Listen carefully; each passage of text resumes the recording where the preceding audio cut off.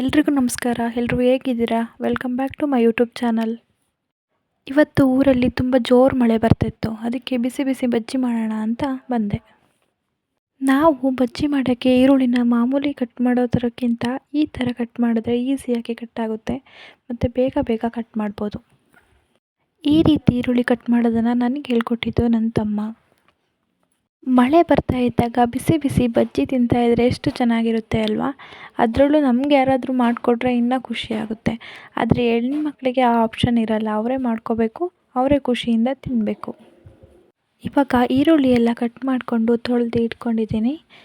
ನಮ್ಮ ಮನೇಲಿ ತುಂಬ ಜಾಸ್ತಿ ಜನ ಇರೋದ್ರಿಂದ ಅರ್ಧ kg ಕಡಲೆ ಹಿಟ್ಟು ಹಾಕ್ಕೋತಾ ಇದ್ದೀನಿ. ನಿಮಗೆ ಎಷ್ಟು ಬೇಕೋ ಅಷ್ಟನ್ನು ನೀವು ಹಾಕ್ಕೊಂಡು ಮಾಡ್ಕೊಳ್ಳಿ. ಬಜ್ಜಿ ಮಾಡೋಕ್ಕೆ ನಾನು ಅಕ್ಕಿ ಹಿಟ್ಟನ್ನು ಸೇರಿಸ್ಕೊತೀನಿ. ಅಕ್ಕಿ ಹಿಟ್ಟು ಹಾಕೋದ್ರಿಂದ ಬಜ್ಜಿ ಗರಿಗರಿಯಾಗಿ ಬರುತ್ತೆ, ತಿನ್ನೋಕ್ಕೂ ತುಂಬ ಚೆನ್ನಾಗಿರುತ್ತೆ. ಅಕ್ಕಿ ಹಿಟ್ಟು ಹಾಕೋದು ಆಪ್ಷನಲ್ ಆಗಿರುತ್ತೆ. ನಿಮಗೆ ಸ್ಮೂತಾಗಿ ಬರಬೇಕು ಅಂತ ಅಂದರೆ ಅಕ್ಕಿ ಹಿಟ್ಟನ್ನು ಹಾಕೋಬೇಡಿ. ಗರಿಗರಿಯಾಗಿ ಬರಬೇಕು ಅಂತ ಅಂದರೆ ಅಕ್ಕಿ ಹಿಟ್ಟನ್ನು ಹಾಕ್ಕೊಳ್ಳಿ. ನಮ್ಮ ಮನೇಲಿ ಬಜ್ಜಿಗೆ ಹಸಿರು ಮೆಣಸಿನ್ಕಾಯಿ ಹಾಕಿದ್ರೆ ಯಾರೂ ಇಷ್ಟಪಡಲ್ಲ. ಅದಕ್ಕೆ ನಾನು ಅಚ್ಕಾರದ ಪುಡಿನ ಯೂಸ್ ಮಾಡ್ತೀನಿ. ಮನೇಲಿ ವಯಸ್ಸಾದವ್ರು ಇರೋದ್ರಿಂದ ಗ್ಯಾಸ್ಟ್ರಿಕ್ ಆಗುತ್ತೆ ಅಂತ ಹಸಿರು ಮೆಣಸಿನ್ಕಾಯಿ ಯೂಸ್ ಮಾಡಲ್ಲ. ಆಮೇಲೆ ರುಚಿಗೆ ತಕ್ಕಷ್ಟು ಉಪ್ಪು, ಸ್ವಲ್ಪ ಅಡುಗೆ ಸೋಡಾ, ಸ್ವಲ್ಪ ಚಕ್ಕೆ ಲವಂಗದ ಪುಡಿ ಹಾಕ್ಕೊಂಡು ಕಲಿಸ್ಕೋಬೇಕು.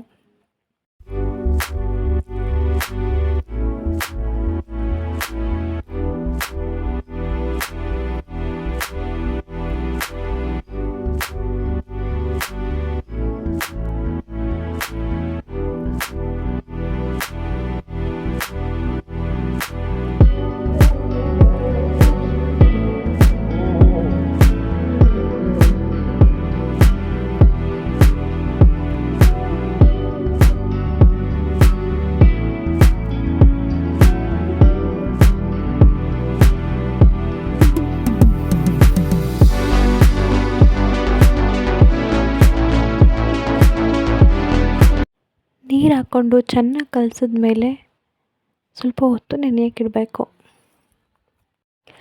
ಆಮೇಲೆ ಸ್ಟವ್ ಹಚ್ಚಿ ಎಣ್ಣೆ ಕಾಯೋಕ್ಕಿಟ್ಟು ಎಣ್ಣೆ ಕಾದ್ಮೇಲೆ ಬಜ್ಜಿನ ಮಾಡೋಕ್ಕೆ ಸ್ಟಾರ್ಟ್ ಮಾಡಬೇಕು.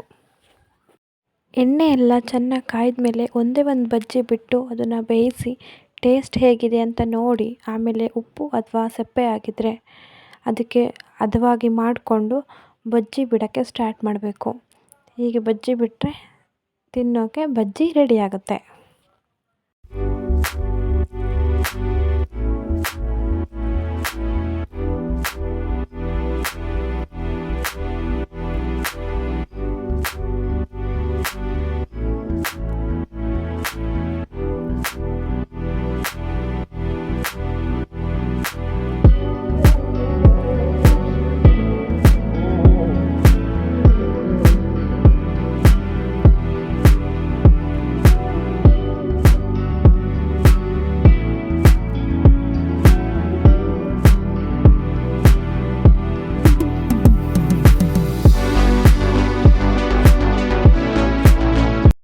ಎರಡೂ ಕಡೆನೂ ನೀಟಾಗಿ ಫ್ರೈ ಮಾಡಿ ಬೆಂದಿದೆ ಅಂತ ಗೊತ್ತಾದ ಮೇಲೆ ತೆಗೆದ್ರೆ ಬಿಸಿ ಬಿಸಿಯಾದ ಗರಿ ಗರಿಯಾದ ಈರುಳ್ಳಿ ಬಜ್ಜಿ ತಿನ್ನಲು ರೆಡಿ.